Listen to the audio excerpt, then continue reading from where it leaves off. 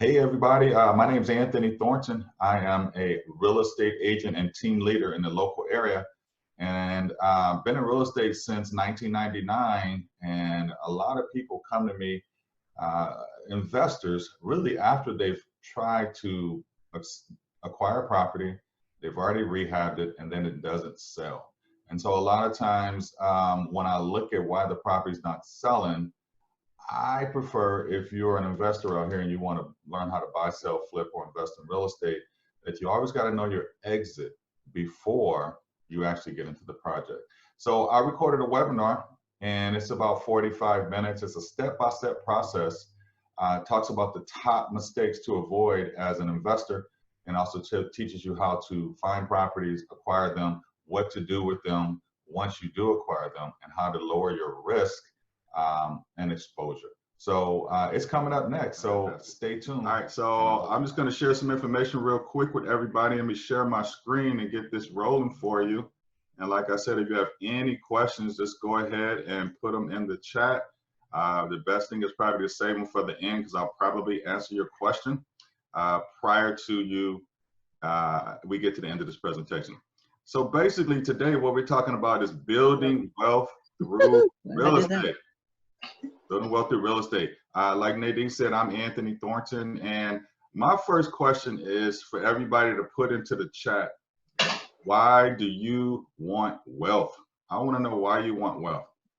I want to know why you want it. I'll share while you guys are putting in chat why you want wealth, what my story was. Like Nadine said, I grew up in LA, Inglewood, California. And in the weekends, what I used to do when I was around 11, 12 years old, I'd always go over to my grandmother's house. I'd get out of school, I'd catch 3 buses, I'd go to South Central LA. I have 2 sisters and I don't have any brothers, so all my guy cousins lived in South Central.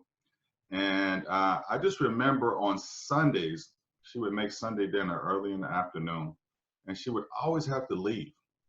And I would be like, Grandma, where are you going? And she would always tell me that she had to go to like Beverly Hills and clean up rich people's houses.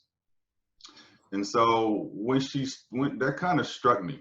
And I'm like, well, why do you have to leave? Like, we have dinner here, like we're having a good time with family. And she basically had to do it to make a living. I will tell you, and I don't even know if I share this information with my own family, that is the reason why I decided that I was going to be wealthy. I was going to be rich. I was going to try to go for it, because I didn't want my grandmother having to go clean up people's houses, leave her family to do it. And so that was like an eye-opener for me, really around 8 or 9 years old. And I had no choice. I just wanted to make something different out of myself. So I hope you guys are listening. That's my why of what I initially started to do when I wanted to build wealth for myself. Is I wanted to be able to spend more time with people I love the most. So of course, as you get older, your why changes. And my why now for doing real estate is I love kids. And I just use real estate as a platform to be able to finance what I like to do for kids, which is basically teaching kids age 8 and up entrepreneurship, wealth building, investing, all different types of business strategies. So that's my why. So I saw some of the stuff you guys put in the chat. That's pretty cool. So here's some information. Are millionaires self-made or are they inherited? This is something that came from U.S. News World Report. And somebody has some background noise going. It says 88% of millionaires are self-made. They're regular people like you and I. They just come from regular environments. There's only 12% of the population that's inherited wealth. So what does that mean for us? That means that anybody can become a millionaire. Anybody. I'm 52. I became a millionaire at 33 years old. I made my first $1 million. And it's basically, I got on the calculator with all the mentors and stuff that we had, me and my sister, Karen, who you guys saw yesterday. And I said, okay. And he said, Bill said, you want to make $1 million? I'm like, yeah. He's like, how much is that a month? I said, I don't know. And once I got on the calculator and figured it out, $83,333, I put together a business that made me that type of money. And so from the time I started the business to the time I made my first $1 million, it took me about 23 months. So 88% of millionaires are self-made. I find that really amazing. That means that 9 out of 10 people who became millionaires, they're just like us, guys. So there's nothing stopping us from becoming millionaires, multimillionaires, or whatever your goal is. You're just going to be ups and downs, of course, but I would like to demystify a lot of the myths that people think about becoming wealthy. So you can do it. I did it. Came from, regular America, Inglewood, California, South Central LA. Nobody trained me how to do it. It's hard work. Now I'm training others, so I'm trying to give back. Okay, great.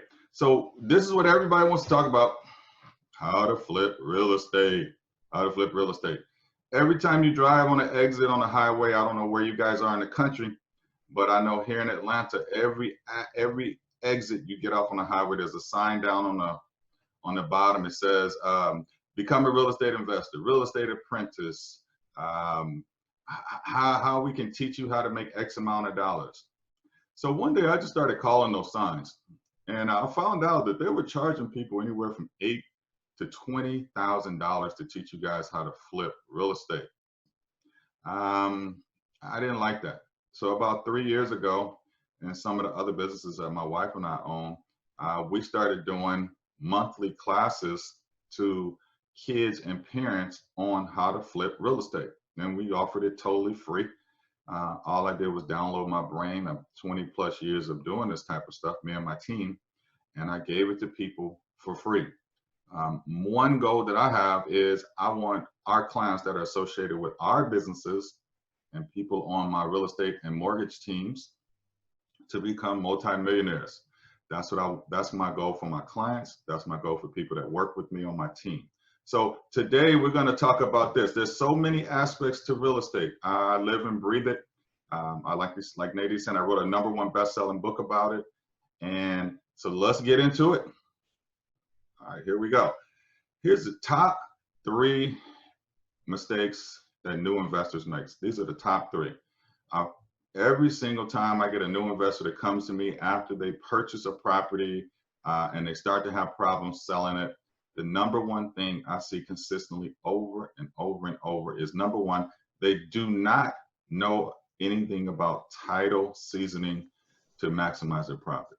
So I'm not going to get too technical, but here's the bottom line. They buy a property for X amount of dollars. They get the money to fix it up for X amount of dollars. It takes them 30 to 45 days to buy the property, fix it up, and now they want to sell it. So let's just play with some just basic numbers. So let's say they buy a property for $30,000. They put $50,000 in it to fix it up. So now they're in it at 80. Homes around them are selling for $200,000. Very common formula. And then at $200,000, everybody on this webinar knows that that's a first-time home buyer price point. And most first-time home buyers, they're not going to pay cash for a home. They're going to get an FHA loan from a bank or a mortgage company. So title seasoning is basically, if you're going to buy a property from the time you buy it, I mean, title means from the time you close on it, you have to wait 90 days to recoup those big profits that you want to recoup. So a lot of investors think, hey, let me rehab this house really quick, bought it for 30, put 50 in it, I only am in it for 80. On the next day after that, let's try to sell it for 200 because every home around me is selling for 200. And then the buyer comes with an FHA loan and FHA says you can't do it. So now think about this. Most investors, first-time investors, they have what's called a hard money loan, and we'll talk about those in a second, which is around 15% interest rate. It's a short-term loan, 3 to 4 months, and they're paying 4 points on it. So some new investors will take a 60-day hard money loan. Now, I just told you it takes 90 days to even sell it, to put it on the market. Whether you got it fixed in 30 days or not, you can't really put it on the market until about 90-day point. unless you find somebody at a conventional price point. But I don't want to get too technical. So they can't sell the property and make that $120,000 profit because it hasn't been 90 days. They have a short-term hard money loan, and the hard money loan contract says, if you don't pay me all my money within 60 days, I'm going to foreclose on you and take the house. So one tip for you guys, if you have not bought a property, don't be fearful. Just educate yourself because your day is either ruled by fear or confidence. If you put information in your head, then you operate every day with full confidence. We fear what we don't know. So make sure in your brain or on your piece of paper or whatever you're using to take notes, and I hope you're writing it down versus typing it in your phone or on your computer, because whatever we write down, we get done. I would make sure I write that down. If I buy a property, I know and it's under whatever the first time home buyer price point is in your area, probably not going to be able to put on the market for about 90 days or close it within 90 days. All right, clear exit strategy. That's a big deal. A lot of people just look at what they can buy a property for versus the exit. So how I've been taught by people way smarter than me is before you even get into an investment, you need to be looking at getting out of it before you even get into it. So make sure that the exit strategy is clear. And we'll talk about exit strategies in a second. And then, of course, risk exposure to lenders, investors, contractors, clients, and reputation. Those are very big risks. They're new investors that I see all the time. They have a lot of risk of how they're buying properties. They don't have them in LLCs and trust and different ways to protect themselves. And then they have a lot of personal liability when it comes to buying real estate. So we're going to talk about that also.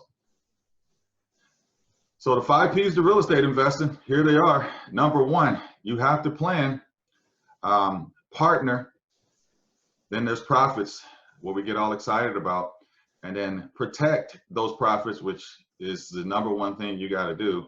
And then, of course, we just plus it. So plan, partner, profit, protect your assets, and then we got to plus it. All right, so what's your plan? When it comes to real estate investing, you have to have a plan before you even start. And you're either going to buy, rehab, and hold the property, which means you're going to rent it yourself to somebody else. You're going to either buy, rehab, and try to sell it quick, which some people call flipping real estate. In some states, the word flip is a bad word, like here in Georgia, even though people use it constantly because it's a very common word to use. Or thirdly, you're either going to acquire and assign a property to somebody else, which is called wholesaling. Wholesaling, don't forget that word. Acquire and assign to wholesale a property. So let me just define that real quick for you, what a wholesaler is, because wherever you live, if you live in a popular area, a city type area, you'll hear people all day long talking about, hey, I'm a wholesaler, I'm a wholesaler. So what a wholesaler is this? They are the people that go out and find a property. So here's a scenario. I did some advertising. Nadine gave me a call. She wanted to sell her home quick.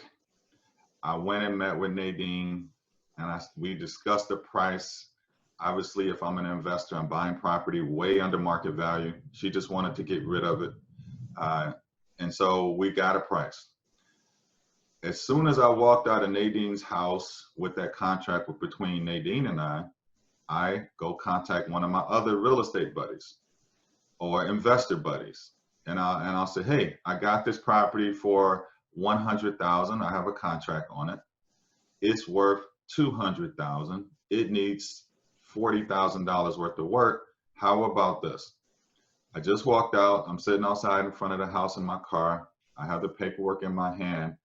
How about I bought it for $100,000 on a contract. I'll assign this contract to you for $120,000. Totally legal. Happens every day. That's called wholesaling.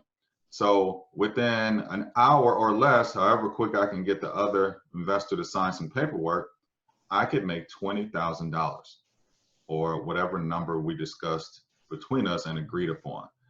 It doesn't affect Nadine because the investor that's coming in is going to buy Nadine's house anyways at the same time. So that's what wholesaling is.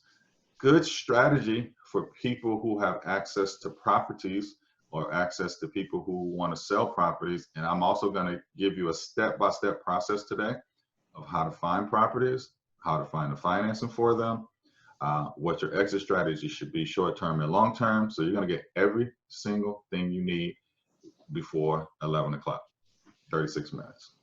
So that's what a wholesaler is. So moving on. So partnerships, there's three keys to wealth. This is the way you become wealthy. You need other people's money. You don't want to use your own. You want other people's ideas, and you want other people's efforts. It's just the bottom line. Other people's money, other people's ideas, and other people's efforts. That's the three keys to wealth. So let's talk about other people's money. So here's something about financial resources and contractors. So you can use your own money, which I don't advise you to do. You can, friends, family, coworkers, you guys could form an investment club. But I'll tell you what most people do. Most people that I've seen for 20 plus years, they use hard money. So what is hard money? Hard money loans are private people like all of us on this webinar. We have a fund that we decided to put together, and we loan money to people who want to buy investment properties. Very low risk for us guys, because guess what? We only loan them money at 65% of what the property would be worth. So let me just make sure you understand that. Everybody doesn't have that math brain like me. So simple numbers. So let's say a property, once you rehabbed it and fixed it and it was all perfect, ready for sale, you could sell it for $100,000. And the hard money lender, it says, hey, all right, we agree that it's worth $100,000 once everything is done. And then we'll loan you 65% of that $100,000. So they'll loan you $65,000. So the question is, how does the $65,000 work? What would you do with the $65,000? So let's talk about that. So to buy this home, let's say you found a home and it was $20,000. So you got $20,000. That's you would use part of the 65 for that. And then they will not give you the whole $65,000 up front because, you know, people, they would just take the 65 and go to Cancun or wherever they want to go to, and you never see the money again. So they'll give it to you in stages. So as you start to complete projects and the city, county comes in and starts to evaluate to make sure the work is done, they'll slowly release you more and more money. And of course, you have to get it closed by a certain time frame. Otherwise, they're going to come in and foreclose on you. So think about this. If you're the hard money lender, which is my ultimate goal, me and my buddies, you're the hard money lender. You have all these investors out here who found these properties. You're potentially only into risk at about 65% of value. You really don't care if they finish the project or not, because all they really did is just find you the product. They found you the product or property. And so if they found you the product or property and they didn't finish the project, you used your own appraisals and valuation process so you know what it's really worth. Even if they don't finish it, you could finish it and sell it for much more. So the hard money lenders use regular people to find them properties. They want you to finish the property, but they don't really care if you don't. So investors, this is a good way to do it. You could partner with some people you know and say, hey guys, we're getting ready to start buying real estate and investing in real estate. And most people who are W-2 employees who work for a corporation, the most common way that I see people doing is they tap into their 401k. What they do is get a 401k loan, which is around, I don't know, it's probably really low now, but I mean, it used to be around 4% interest. And they would take the money from their 401k, they would use it to invest in real estate. And then once they closed and made their profit, they would put the money back in their 401k. Probably a 6-month turnaround process. Most people who work W-2 jobs, That is the #1 way that people come to me. That's what they want to do. They want to take the money out the 401k. They want to pay themselves back. They have a low interest loan, and it's very low risk for them. All right, so here we talk about the real estate evaluation, exit, and marketing team. #1 problem for real estate investors is this. This is #1 across the board, 20 years, doing this 20 years.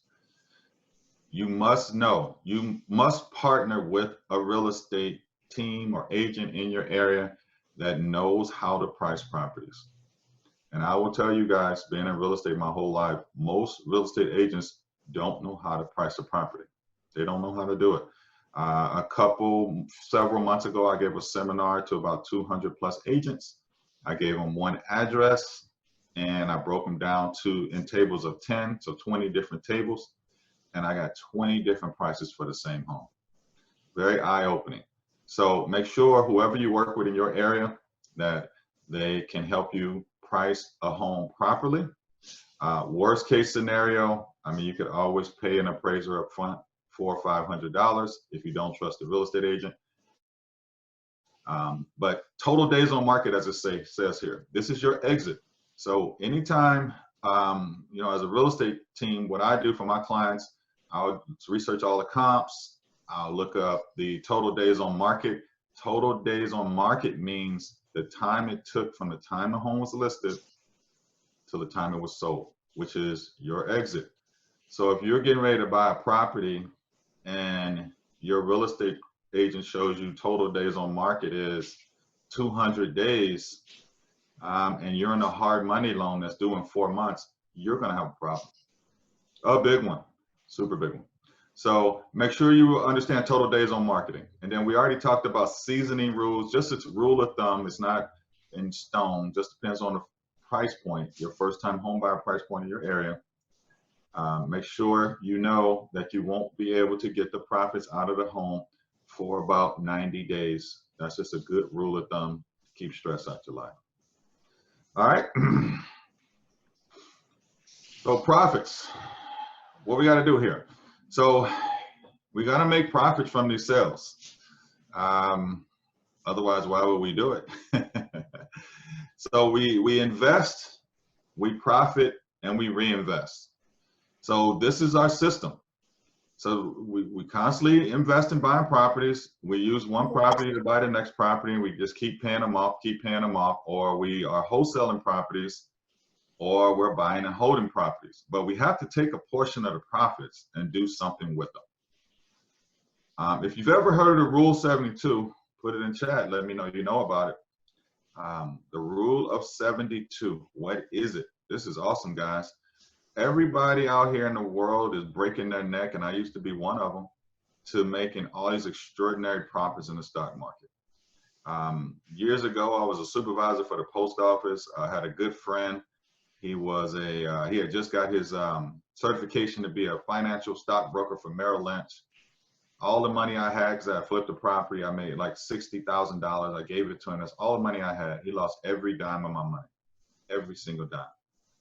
Best thing ever happened to me. He's still one of my best friends today, but it forced me to learn about finance, investing, and making sure that I'm only going to invest in stuff that I know what I'm doing. So instead of trusting people, which I don't believe you have to do in business, I invested in myself when I started learning. So let's talk about the Rule of 72. What is it? You got to notice, this is part of your DNA. You should notice, just like your social security number, it's very simple. 72 divided by your interest rate of return. So what's your interest rate of return? Okay, great. So the S&P 500, that's been around forever. And it's, somebody needs to mute you need to mute somebody, Nadine. And so, because I don't want you guys to miss this. So take 72 divided by your rate of return. So the question is, what's my rate of return, Anthony? So the S&P 500, this is a NASDAQ stock. You know, if you're in the stock market, which you all should be, I hope that you are. The average rate of return for over 80 plus years since it's been invented is 12%. So if you have a calculator on your phone or on your desk or whatever you're doing right now, just take 72 and divide it by 12. So what does that tell you to do? What are you going to get? That tells you if you averaged a 12% return, it tells you how many years your money would double. So take 72 on your calculator on your phone, divide it by 12, and put in chat what you came up with. I'm gonna pause for the call, so this is important for you to know. So if you want your money to automatically double, automatically, and I don't care if you don't know anything about investing, anything about stocks, you don't have to know anything about this. So 72 divided by 12, we come up with what, 6 years, right? So that means if you averaged a 12% return, if you didn't know anything about investing, nothing, and you only put your money in the S&P 500 because you're like, I don't know anything about this, and it averaged a 12% return over time. Of course, it goes ups and downs, right? Markets goes up and down. And you just kept your money in there. That means every 6 years, as long as you average 12%, your money would automatically double. I find that pretty amazing. All right, you guys with me? Everybody with me? Give me a thumbs up if you're with me. Cool. I don't want to get too deep. Thank you. Deep. Okay. All right. So let's talk about protecting your investment. This is good stuff, guys. Good stuff. So one thing I learned, because I used to be a person that would take a whole bunch of risks. I still am a big risk taker, and I love being a risk taker, right? You see here I typed, never take risks you don't have to take. Don't ever do it. If you don't know what to do, I live by one rule. I don't do anything until I educate myself. There's no such thing as missing out on a deal or you got to buy now. Like, I don't live in that world. I live in God's economy. What's for me is for me. So let's talk about short-term protecting your investment. Every single property that you or project you work on, you want to make sure that it's in an LLC. Okay, one LLC for every single property. Okay, LLC here in Georgia costs $100. Opened up a couple this month, costs $100. So if you have 5 properties that you're working on in a year's time, you should have 5 separate LLCs. So we talked about different types of investing earlier. One type was you're going to buy and hold. That means you're going to be a renter or a landlord. Okay, that property needs to be in an LLC. So you're asking me, well, why would I want to do that, Anthony? Because you want to put it in an LLC because you don't want to have to take risks you don't have to. What if somebody slips and falls on your property? Yes, you have homeowners insurance. And if you have the property in your name, they can sue you personally. If you have the property in an LLC's name, they can only sue the LLC. You and your LLC are 2 different people, which is awesome. A lot of times people come to me when I do seminars about whatever. It's always about wealth, financial, credit, education, something about finances. And the difference, I tell people all the time, you don't have to worry about who the president is. You don't have to worry about how much did they go up and down in taxes. There's only one thing you have to do if you want to equal the playing field in those 2 areas and never have to worry about that. Just open an LLC. Because if you spend $100 like it is here in Atlanta to open up an LLC, then you'll never in your life worry about who the president is, what they're doing with taxes. Because as you know, rich people don't pay taxes. You have an LLC, every single thing that you do, you can write off. Just like I'm sitting in my home office, and I promise you, I'm writing off this square footage in this room and all this computer stuff and everything.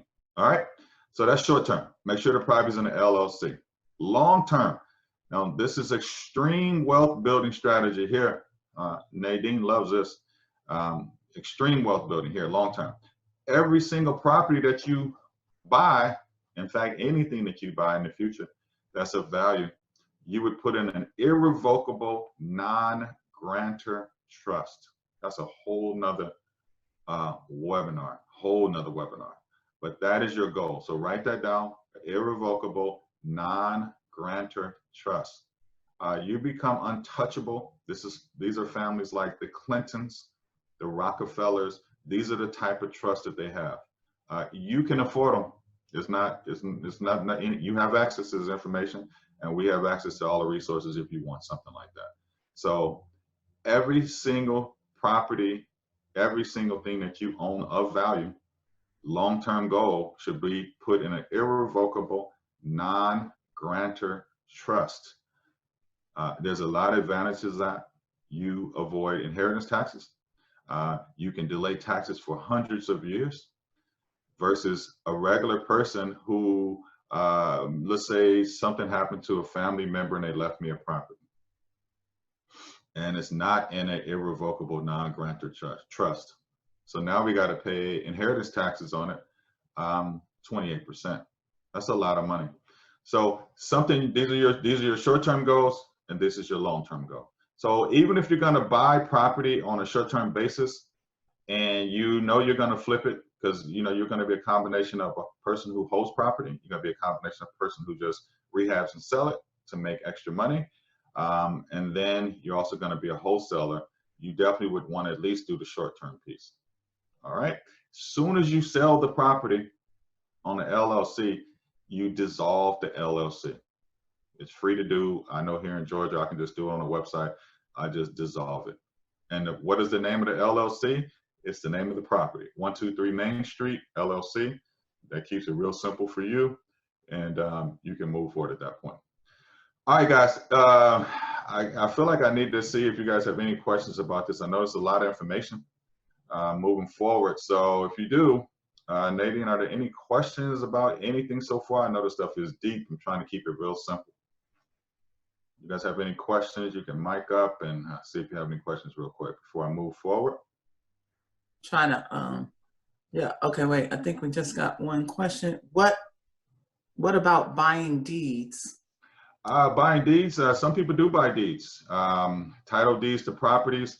It's just you have to check with your estate, because sometimes if you buy a deed, people have a time frame where they can come back and buy it back from you for 50% of whatever you paid for it. So it's a strategy that a lot of big hedge funds and stuff use, because they don't care about, they can just sit on a deed for a couple of years, and like a lot of states it's like 2 years.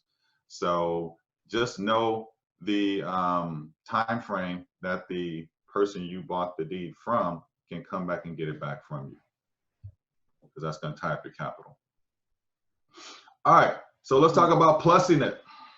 Here's your ultimate goal, guys. When you have a single family home, if anything goes wrong, your phone's ringing off the hook. I used to own a bunch of them, and every time something go wrong, people would call me. Years ago, one of my buddies said, "Anthony, why are you buying single family houses? Every time something goes wrong, they're going to call you. And then, you know, you got to get on the phone, and you got to get plumbers and all these different people, electricians out there." He said, let's get on a calculator. So we got on a calculator for about 2 days, and we figured out the formula. He owns about 6,000 units right now, just so you know. He's a good friend of mine. He says, "Anthony, it looks like 32 units or more is the key to your phone not ringing. It's the key to your phone not ringing."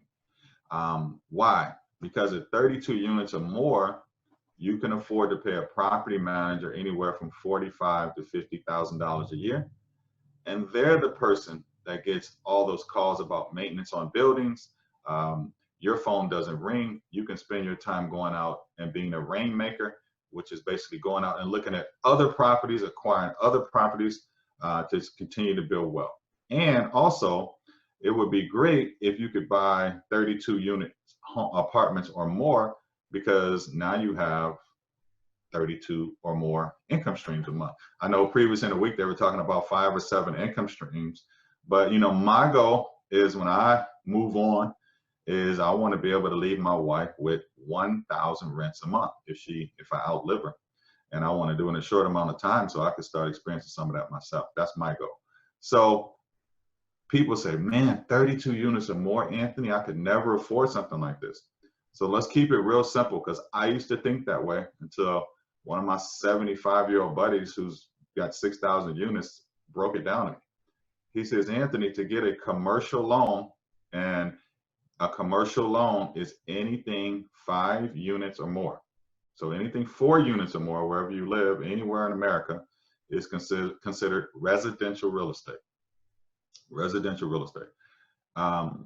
So anything above 4 units is now a commercial loan. So what do you need to get a commercial loan? All you need is 20% down. Some banks will do 10% down.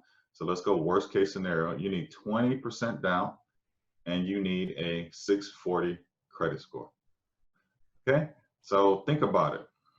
If a building costs 32 units, I mean, it's all kinds of prices all everywhere online. There's a website, you should write this down, called apartmentbuildings.com. Apartmentbuildings.com.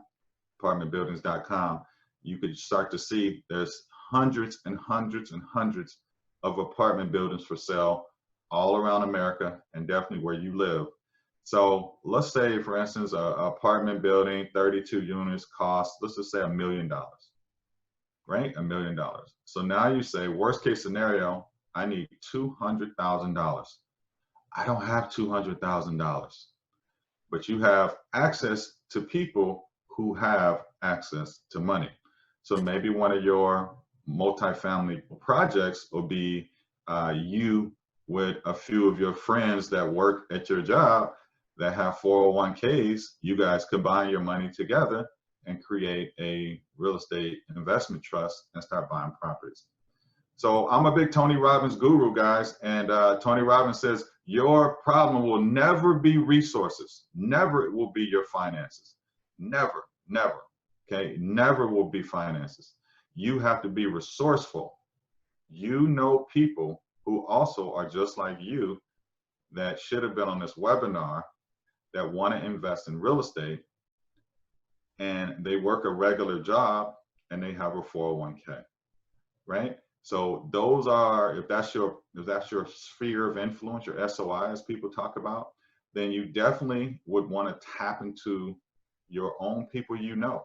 What about, I know it's hard to do business with family, I know it is, but there's all kinds of ways to do it. And so I'm going to share some resources on this next slide here. All right, this is good stuff. So here is a system on how you would acquire homes. I don't get any money for endorsing any of these companies. I'm just trying to help you, save you 3 to 5 years worth of work. I'm going to send everybody a link to this PowerPoint so you can have it and you can re-look at it on your own when you get it. So here's a system to acquire homes. There's a website called carrot.com. So what is carrot.com?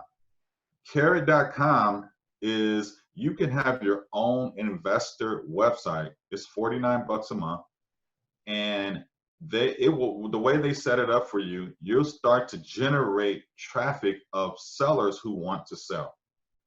They want to sell. They'll start going to your website, they'll start filling out forms, and they'll start contacting you. Trust me, I have a Carrot website, okay?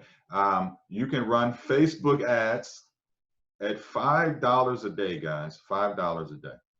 And you could target distressed sellers, people who have to sell now. So let's talk about, who are those people? People who recently divorced. We got COVID-19 going on right now. There's people losing their jobs that don't want to ruin their credit, right? There's elderly people that need to sell, that want to move into senior living facilities. There's people out here who inherited properties from family members that really don't want the properties. So you could run ads on Facebook for $5 a day to generate leads. There's a YouTube link I posted here, and we'll get it sent out to you guys. And I know it'll be posted in this PowerPoint. And so you guys are probably way more creative than me. I'm just a good marketer on how to get business. I mean, I probably get about 1,200 people a month, leads coming to my database on the way I market. So that's one way you could do it. So let's talk about the money. You have no money, you have no credit, you have nothing. And you hear all these people talk about zero down financing. You need no money to buy real estate. It's true. Okay, so let's talk about how you would do it. Number one, you can Google hard money lenders in your state or city. You can Google it. Or here's a nugget for you. You can go to scotsmanguide.com. They have all types of lenders there. You said what now? How is it? Wait, could you mute your phones, please? I don't know who. Okay. Let me see who that is. Yeah, thank you. So you could go to scotsmansguide.com and get access to tons and tons of lenders all over the country that will loan you money on all different types of properties, hard money, regular money, commercial. It's free resource for you. So that would be those would be the best ways of teaching you how to get people who want to sell. And then once you find the people who want to sell, then you could get access to financing. Of course, when you have to put a contract together, I would just advise you just find a real estate agent that you know is successful, that has a good aptitude, a business aptitude about themselves, not just you don't work with any part-time real estate agents. I'm sorry, don't do it. It's going to be a waste of your time and money. And once you have that confidence, start building your team. So your team, what does your team consist of? Number one, a good person who can run comps on properties for you and make sure your exit strategy is in place. Number two, your financing piece. And you want to have a minimum of 3 options on every person on your team. Don't ever put all your eggs in one basket with one real estate agent, with one financing company. You want to have 3 of everything. Because remember, if you have 1 of anything except a spouse, you're in trouble. Okay, so pretty much, Nadine, that was the end of my presentation, and it's about 10:51. And so if you guys have any questions about anything, I put my contact information here on the screen. Feel free to contact me. I'm on Instagram, Twitter, Facebook. You can email me any questions, but don't be afraid of the questions that you have, because I promise you, there's people on this webinar that may be afraid to ask me a question, which you shouldn't be. I'm just a regular guy. And you're going to ask a question that they're thinking. So if you have any questions, it'd be a great time to do it. Yes. Awesome, Anthony. Thank you so much for all of this knowledge. And there is a question here. Can you recap who should be on my team? Oh, absolutely. Number 1 person on your team is someone who can run comps for you and tell you how long, once we finish the project, it's going to take to sell the property, which is a real estate agent. So don't do what I did when I was 24 and lost $60,000 because my buddy had a license at Merrill Lynch. Make sure you really interview these agents to make sure that they know what they're talking about, because there's a lot of people who really just don't know how to price property. So your team, real estate agents. Number 2, you got to find contractors. And I will tell you, one of the other problems I see new investors making is with contractors. They try to find the cheapest contractor, and then the city or county comes out to inspect the property, because they will. They find stuff, and now you have to redo it all over and cost you double money. And then, of course, you got to have somebody that's going to be a good marketer. Hopefully, your real estate agent can be that person for you. If not, you might want to reach out to Brian, who's part of this webinar. He can help you market, because basically, even though you're flipping houses or what real estate, you're a marketer. So I would say those 3 people to start with. Awesome. Is this the correct link? Scotsmanguide.com. Yes. Yeah. And remember, we're going to send all this out to you. You're going to get this deck sent out to you. I'll send it to you, Nadine, and you can send it out to everybody here that has questions about, what's there. I do see a lot of questions over here. Okay, so for me, this is a hot topic. Me too.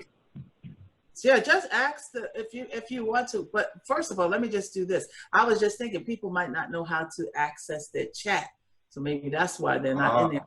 But if you go to more, if you click on the top of your device, and then it'll say to you, there's three little things, but the periods, and that says more. So when you click on that, then it'll say chat, and you could just click on chat, and that puts you in the chat. And that's how you can go ahead and put your questions in there. But go ahead. If you see them, because I'm scrolling through here for the I got a question. Go ahead, Lillian. I got a question. I have a question. Can you use somebody else's money to say you want to buy a two-family house, but you want to rent it out? Is it a good thing to do, use somebody else's, and how can you pay the money back? Okay, so if you borrow money, you're either going to borrow money short term or long term, right? So short term, which is 4 months or less, 6 months or less. Me personally, if I had no money today, zero, I would first go to my friends, family, and people I know that trust me as a business person. And if they all said no, I will go to a hard money lender because they'll loan you 65% of the value. So, but that's short term. Now, if you're talking about long term, be careful. Don't take people's money long term. Somebody might knock on your front door one day. So short term, definitely hard money. Yeah. Thank you. Awesome. Yes. What happens if you purchase a property and you sell it sooner than 90 days after the purchase? Well, you have limited options. So that means you found a cash buyer, right? You either found a cash buyer, which is allowed in the marketplace, or you found somebody who is using a loan, but it's a conventional loan versus FHA. So a lot of times you can all Google, and wherever you live, whatever county you live, you can Google FHA loan limits for whatever county you live in, and it will tell you what the maximum FHA loan amount that somebody can finance in your county, wherever that county, the house you're buying it. So FHA has a 90-day rule. So the reason I bring that up is most people who first start buying, flipping properties, they're always trying to buy the cheapest property. And a lot of times that's going to be in the first time home buyer price point. Like here in Atlanta, first time home buyer price point and FHA goes to like $349,000. But I know as a real estate agent, basically anything under $275 is a first time home buyer price point here. So if I would definitely, make sure you know that. You sit on it. Okay. Do you need to get insurance on it if you sit on? Jane, just unmute your phone and ask exactly what you want. I'm a nice guy. Go ahead. No problem. Yeah. Just press your unmute your mic at the top of your device. All right, so I see a question here. When you get land that was inherited in your name, would you do the irrevocable non-guarantor trust, not land trust? Definitely. You want to do it before you inherit it, but if you already inherited, you had inheritance taxes that you paid. So that's a tough one. So if you have property, anybody on this webinar, I'm sorry, if you have property right now, you should be researching how can I get it put in a irrevocable non-grantor trust, Grantor. Do not leave a property to somebody in your family after getting off this webinar and have them pay inheritance tax when you've already paid that money on the property. That's 28%. It makes no sense. And people who are not smarter than you but think they are, that's what they do. So don't do that to your family. What else is in here? 4 units or less is called what? Explain it again. So residential real estate is 4 units or less. So in some states like the Midwest, they have quadplexes, right? I know they have them like in Detroit and Chicago and areas like that. Here in Atlanta, it's not popular. So any property that's 4 units or less, you can use a residential real estate loan on, which is great because why? That requires less money down. When you go above 4 units, like if you buy a 5 unit or more, it's a commercial loan. You have to go to a commercial bank. Don't be scared of those words, guys. Do not be scared of those words. It's nothing but 20% down, 640 credit score. No fear. 640 credit score, 20% down. You don't have a 20% down, get with your buddies, get with everybody you work with. You guys buy your first property together, flip it, y'all split the money, keep doing that until you guys build enough money on your own. And then you can start to be individual investors yourself. Right, that's a great strategy. Awesome. One thing before we finish, Nadine, if you guys liked what I've shared so far, and I know we got 2 minutes left, I need you to give me a 5-star review on Google. Can you do that? Yeah, that's what I was going to announce. Yep. Your better have got, she already got you. She put it in the thing. Yeah. So yeah, go to the 5-star Google review and give Anthony 5 stars. And the link is in there. So copy the link, because when this is over, you're not going to have access to it. So copy the link and save the link so that you can go there and do that. Deidre has a question. What questions should I ask realtors when vetting them? Oh man, that's a good one. They're gonna be scared of you, Deidre. They're gonna be scared of you. They're not used to people interviewing them.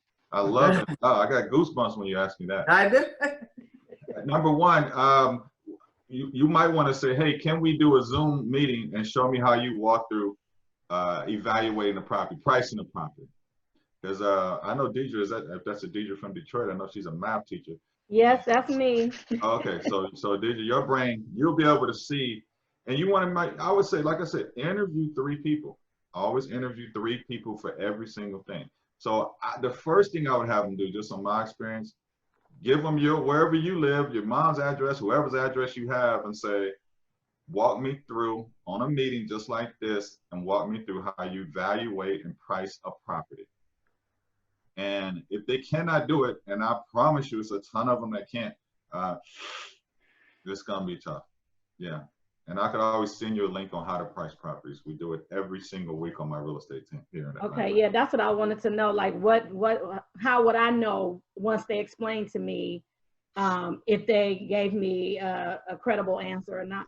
You get what I'm saying? Yeah. So what you would do is like just have them record the Zoom, send it to me. I'll be able to know it in 3 minutes. I'll be able to figure it out for you. Okay, thank you. Thank you, Anthony. Yeah, you're welcome.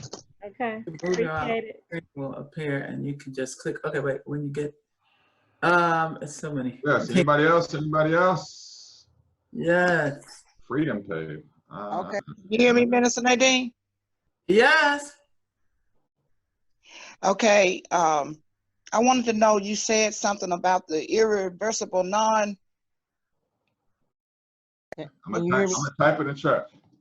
Yeah, I have a well, it was my grandfather's property, and it was about, well, it's about 9 siblings, and I'm finding out, I want to find out information about, like you just discussed that about, I think it was the taxes, and I had a family member that was in real estate, and I wanted to know if I can get information about that, because the property it's like a lot of questions we're not understanding. I don't know if all of them were agreement to it. How can I find out about the information on that, get information? The property was, I don't know if it was willed to me. I was told, but like we didn't know how to, we didn't know nothing about real estate. Nobody, only the people that handled it. And we just took what they said, but we found out that they wasn't. So how can I find out and understand about, then we have properties, just different things my grandfather has had. How can I find out about, but first of all, this property, the house and thing, how can I find out about that? Any property that your grandfather had, that means he had it titled in his name. It's public information. You could go down to, you could call, I'm not sure if it's in another state or not, but you could just call the county tax assessor's office. It's public information. You can pull up anybody's tax records in America and give them his name, and they could probably pull up every single property that he owns in that area. Okay. And so that would be the easiest route. It's totally free to you to do that, and all you need to know is his name. And so if he left property to you and you're not sure what properties he left to you, there has to be some type of will out there that's written by him. I'm not sure if he filed the will in his, with the county or anything, or with a lawyer, but somebody told you that he gave property to somebody. Yeah. And so wherever that paperwork exists, right? So whoever told you, he says, so-and-so gets this one, you get that one. I would sit down and talk to those people like, okay, well, where is the will? Because he probably has a will file with a law firm or an attorney or something like that. I guarantee. Okay.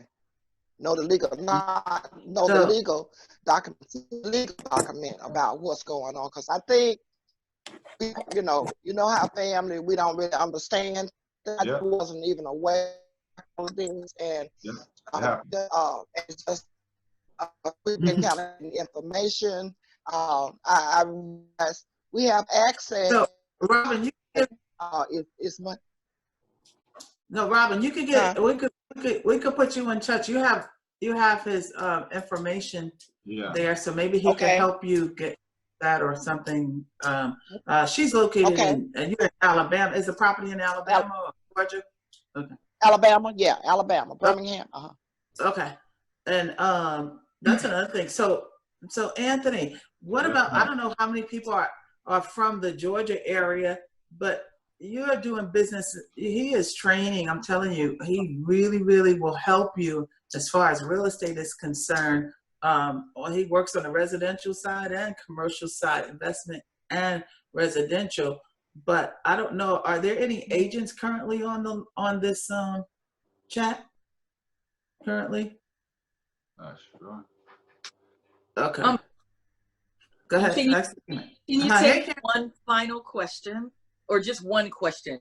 My question is, so say you have a family member that, you know, is going to bequeath you, will you, a piece of property, let's say it's a home. Should you proactively have them place the property in an irrevocable non-grantor trust before they pass on? Would that be the advice? 100,000%. Otherwise, when it's passed to you, you have to pay inheritance tax, 28%. Oh, no. Just totally. Thank you so much for that, because thank you so much. Yeah, for sure. Even if you had to pay for the trust for them, it would be worth it. Because 28% of any amount of money, you can do the math. That's a lot of money. And you said that the LLC is $100 in Georgia. What, just out of just utilizing Georgia, what's the to place a property in an irrevocable non-grantor trust? Different people charge different prices. It could be anywhere from $2,000 to $20,000. You know, it just depends on who you use, what their expertise is, and we have contacts for it. Fantastic. Everything you own of value should be in an irrevocable non-grant. Cars, houses, bank accounts, everything should be in an irrevocable non-grantor trust. It protects you from even those type of trusts, not to turn this into a trust webinar. Even the IRS can't mess with you at all. And they have separate trusts, so each item would have to be each. No, you can put them all under one. Yeah. Those. Okay. Yes. We will dialogue this. Thank you so much. You're welcome. Right. And with that being said, yes, so we have contacts in that area as well. So Anthony's very resourceful, so he knows as well. But definitely, you definitely want to find out more about in trust, putting things in trust, because it'll change your life forever. Wow, this is great, Anthony. This is so great. Thank you so much.